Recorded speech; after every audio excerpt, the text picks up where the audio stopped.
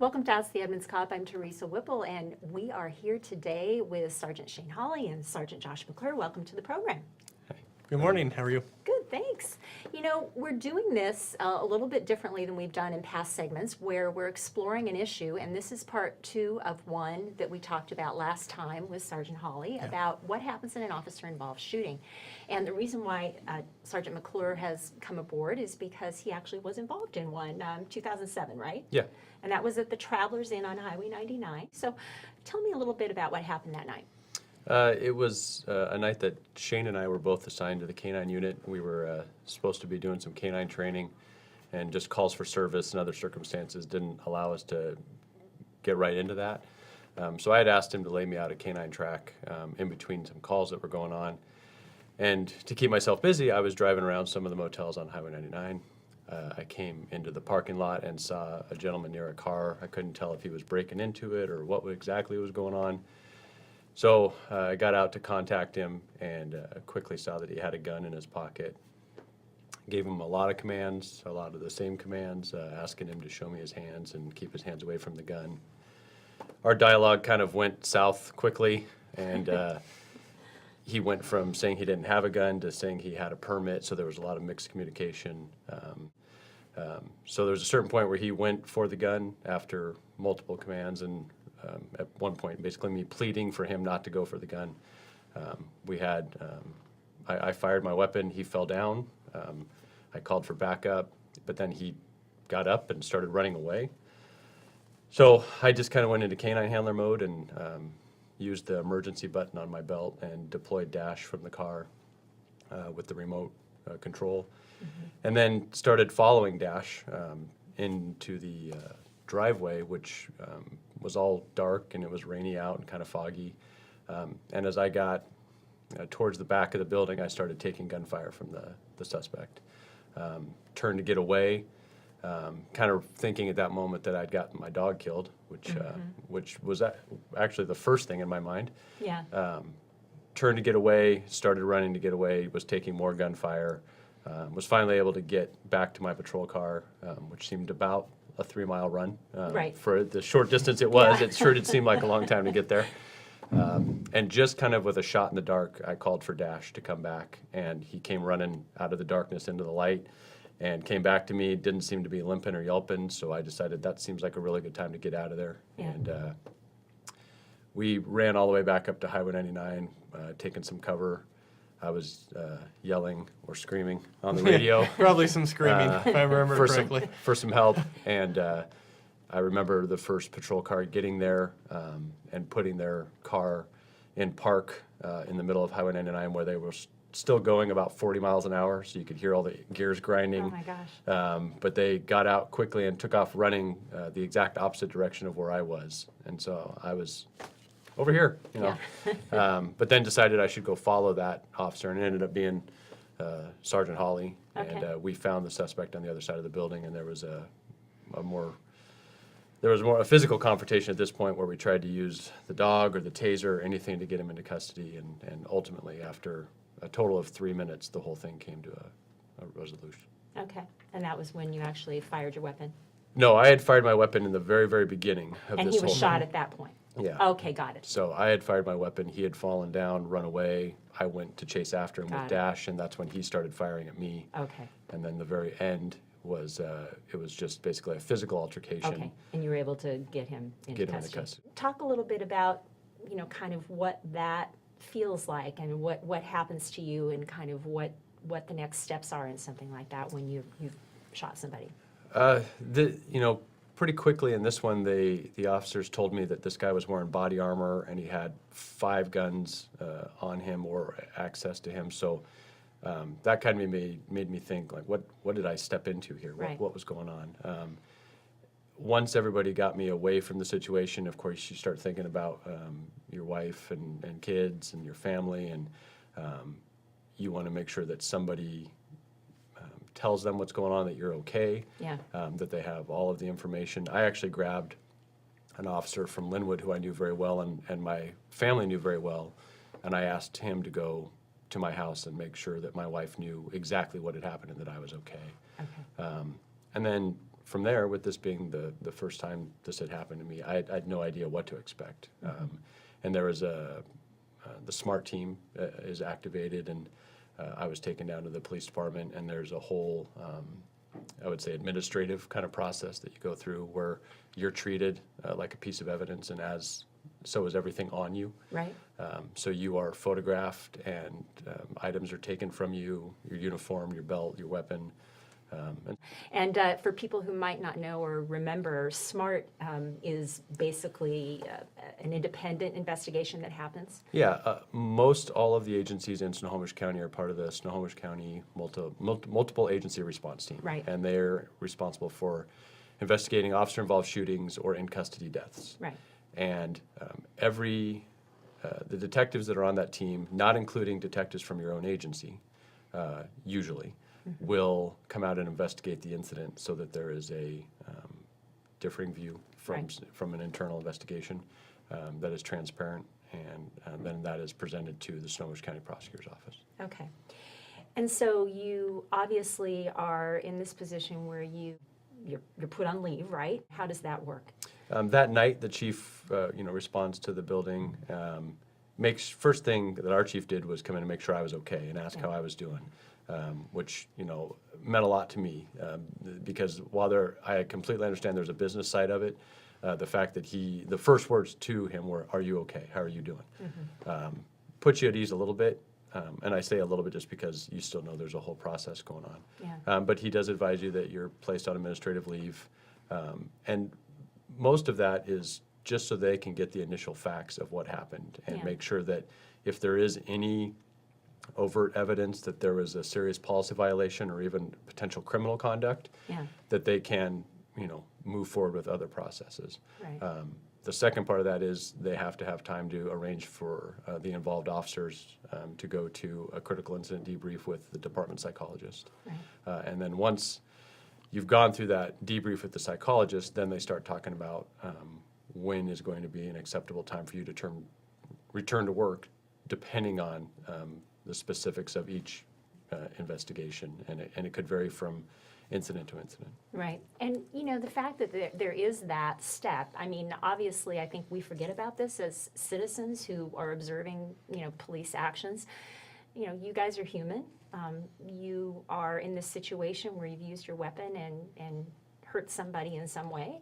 And there has to be some emotional toll that takes on you as well, right? Yeah, I think the thing that I was the most cognizant of was, and this was 10 years ago, so digital media wasn't as prominent, but even so, the news was reported on the internet. There was news stories with public comments. Yeah. And so your friends and your family all see that. Right. They all begin to call and see if you're okay. They want to know what's going on, and you're not to talk about it so that you can give your statement to the investigators, and they're the first ones hearing the official version of what goes on. But you sit there and you look at your spouse and your kids, and they can tell something's up with you, but it just becomes trying for the first few days, just until you can kind of get through that initial, man, what just happened? Yeah. And then your family wants to ask what happened and make sure you're okay, but you can't really talk about it. So there's this wall of silence that you're completely appreciative of them looking out for you, but at the same time, you can't talk about it, which usually you talk about everything with your family. Right. So it's a very unique situation. Right. And so what was how long were you off work? You're on paid leave, kind of waiting for something to happen. What happens after that? I was on paid leave for less than 2 weeks. Okay. The details in my particular incident were pretty clear that I had not done any criminal act on face value, and that everything that I did was in defense of myself. Okay. So the department determined that I was able to return to work after seeing the department psychologist. That still meant the criminal investigation was going on with the SMART team. Yeah. And I stayed at work. I want to say it was this happened in October of 2007. I want to say it was January or February when the investigation was completed and presented to the prosecutor's office, and then I received a letter saying that no criminal charges would be filed against me. Okay. And, let's, Sergeant Holly, you and I have talked about this because you both actually do public information work, with the media. You're in the position of, having, kind of knowing what angles the media might be pursuing. And when it comes to officer-involved shootings, I think as citizens we see a lot of different takes on the situation, but usually it's kind of the default is that, as we've talked about, is that who the person being shot seems to be the focus, regardless of whether they were a criminal. That's kind of the angle, and officers tend to be put in the position of an assumption made that they've done something wrong.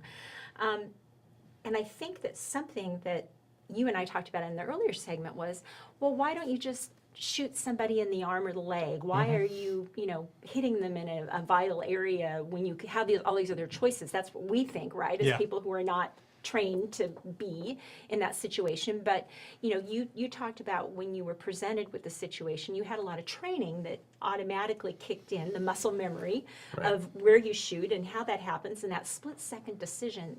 Talk more about that.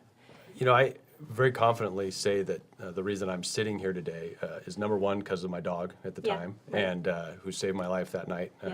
But secondly, the training that I'd received from our firearms and use of force instructors within the department, not just the week before, but beginning from the day that I was hired as an officer with Edmonds. They do an excellent job. And during the course of this incident, I had a weapons malfunction where my gun wasn't firing, and I was able to fix it without even thinking about it. They had just trained us so well and given us so many opportunities to practice and prepare for these types of situations that I was able to fix it.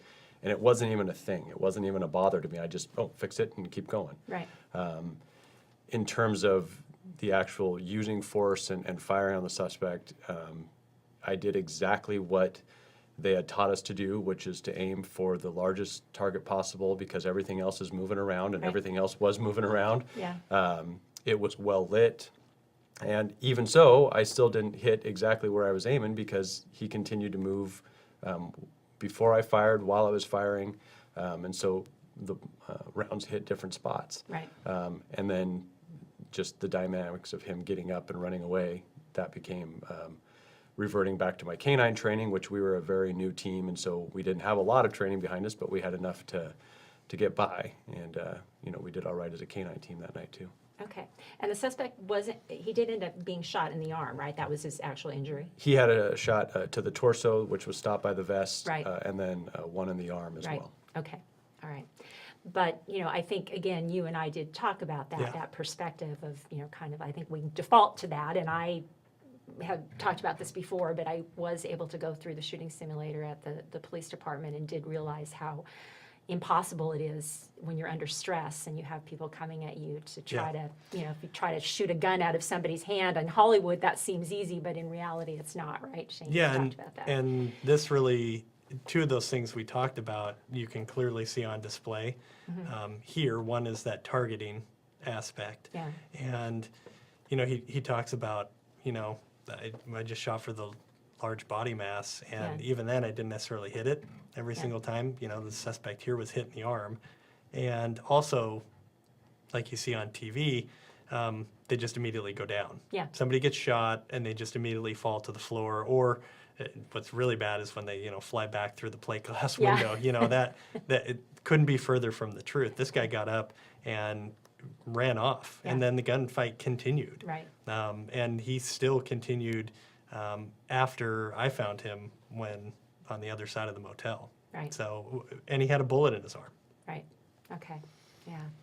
Well, let's go one more step with this and go back to the documentary, which is what you and I started this conversation in the first segment. Yeah, it kind of started the whole You were topic. in a training and you saw this documentary on officer-involved shootings, and that was when we started having this conversation about exploring the issue. I'd like to show this clip of Dr. Alexis Artwall, who is a behavioral psychologist who's featured in this documentary, and explore this issue a little bit more. So let's watch that. Okay. Policing is the only occupation I can think of where we take the employee and we send them out to do their job. They get out there, they do what they are expected to do, what in fact they've been ordered to do, which in fact they would even be derelict in their duty to not do it, which is to protect themselves in public. They use the equipment that we gave them, they use the training that we provided to them, they do it under the threat of life and death stress, they do it very well, and then when the whole thing is all over with, they are now going to be a de facto suspect in a felony crime. What I thought was really significant about what she said was the fact that when I look at the work that you do and others in the department, you know, you are government employees just like any other government employee in terms of you're paid by taxpayers. You know, we expect you to do a job in service to us, but your work is much different in that you carry weapons and you deal with people who may be armed and you're having to deal with very difficult situations, you know, every day. What is the takeaway, you know, you'd like to leave the public with? You know, kind of what would be the message you'd like them to think about as they're, you know, thinking about officer-involved shootings and what they might see on TV? For me, you know I didn't go to work that night in October 2007 thinking I was going to be in a gunfight at some point. Yeah. I wanted to do canine training. Right. I was a new canine handler. I wanted to chase the pretend bad guy and tell my dog good boy. Right. I was driving through a parking lot to kill time Yeah. while he set up a training track. So, you know, the reality is your officers that come out here every day, and not just me, but the other ones in Edmonds that have been involved in situations like this, they just came to work that day to do their job. They said goodbye to their families, and something was presented to them where they had to rely on that training to react. Yeah. We're all prepared to respond to these types of situations. No one wants to. No one wants to shoot another person or take another person's life. But the reality is we have to be prepared to do it and willing to do it and willing to act, because it may not be our life that's necessarily on the line. It could be an active shooter at a school. It could be any other public venue where we have to just step in and act to protect others. And that may mean using our weapon and taking the life of another. No one wants to, but you have to be prepared. Yeah. Well, I really appreciate both of you taking the time to come in and talk about this. It's important, I think, you know, as all of us are trying to be better consumers of media, and when we watch these things on television, it's important to keep in mind there's a lot of different perspectives. And thanks again for coming in today and talking with us. Yeah, you're welcome. Thank you. Yeah. We'll be back again soon with more from Ask the Edmonds Cop.